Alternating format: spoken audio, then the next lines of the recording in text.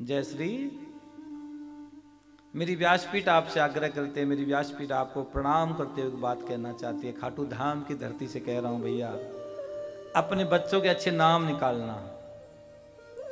आजकल हम इस विज्ञान की दौड़ में पता नहीं किसकी दौड़ कर रहे हैं, कहां जा रहे हैं, क्या भरोसा है?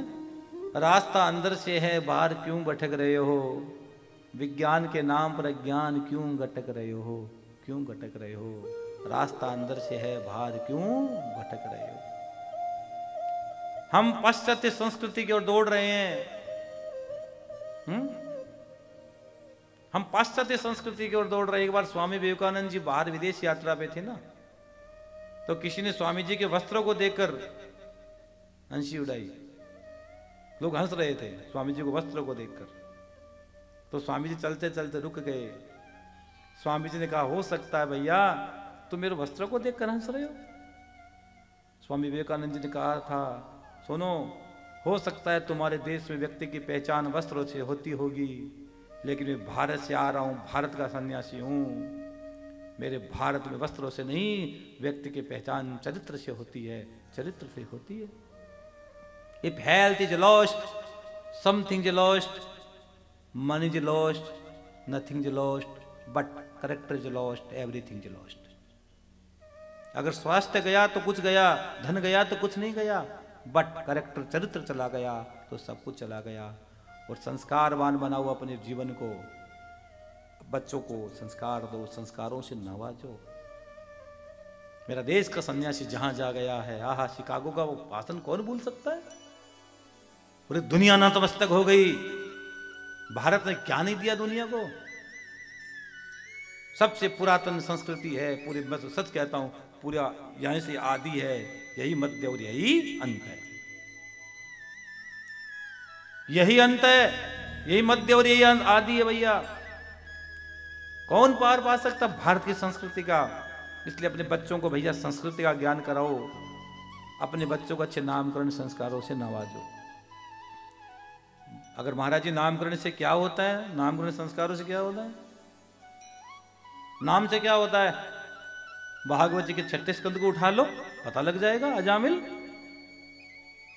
बड़ा दुष्ट ब्राह्मण, एक बार सत्संग की चोट लग गई, कह दिया तेरे एक बेटा होगा, उसका नाम रख लेना नारायण है। वो बेटे से प्रेम नहीं करता था, बेटे से प्रेम करता था, भगवान से प्रेम नहीं करता था। बड़ा पापी था। अंतिम समय यम के दूत उसको दिखाई दिए तो उसने भगवान को नहीं पुकारा, बेटे को पुकारा नारायण। और बचपन में माँ, जवानी में महात्मा और अंत में परमात्मा।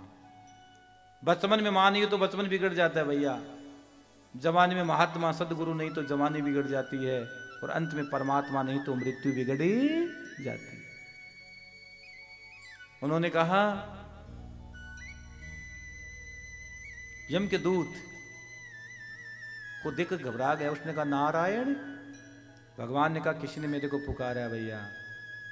यम के दूत, विष्णु के दूत दोनों आए। अंत में भैया विष्णु के दूत लेकर गए उसको, क्योंकि उसने अंतिम में कह दिया नारायण।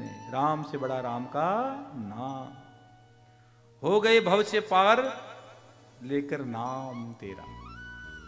इसलिए अपने बच्चों को अच्छे अच्छे नाम निकालना, अपने बच्चों को अच्छे संस्कार देना। और सच में कहा जाता है माँ के गर्भ में बच्चे के संस्कार पल जाते हैं भैया। माँ के गर्भ में जब जीव होता है ना, मेरे भारत की संस्कृति कहते हैं, मेरे भारत के शास्त्र कहते हैं, मेरे देश के पुराण कहते हैं कि माँ के गर्भ में बच्चे के संस्कार पलते हैं। अगर उदाहरण जानना तो फिर हमको भागवत जी को स्पर्श करना पड़ेगा। भक्त प्रहलाद माँ के गर्भ में है। नारद जी की वो शिक्षा, वो दीक्षा, वो भगवान नारायण की कहानियां उनको इतनी प्रेरित कर गई, इतनी प्रेरित कर गई, तो उसने खंबे में परमात्मा को प्रकट कर दिया, भगवान को प्रकट कर दिया। अभिमन्यु माँ के गर्भ में सीख गया सब कुछ।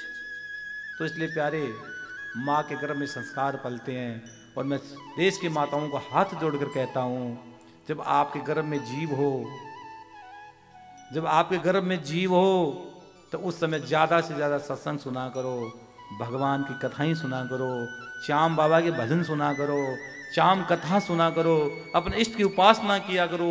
आपके गुरु ने जो मंत्र दिया है उस मंत्र की माला फेरा करो। ये नाटक मत देखना, बिल्कुल मत देखना। फिर भैया फिर कहोगे महाराज जी मामला तो गड़बड़ हो गया। अच्छे संस्कार दो बच्चों को, अपने बच्चों को अच्छे संस्कारों से सींचो, संस्कारों की खेती करो। अच्छे संस्कार की खेती करोगे ना तो फल भी बहुत अच्छा लगेगा, फल भी बहुत अच्छा मिलेगा।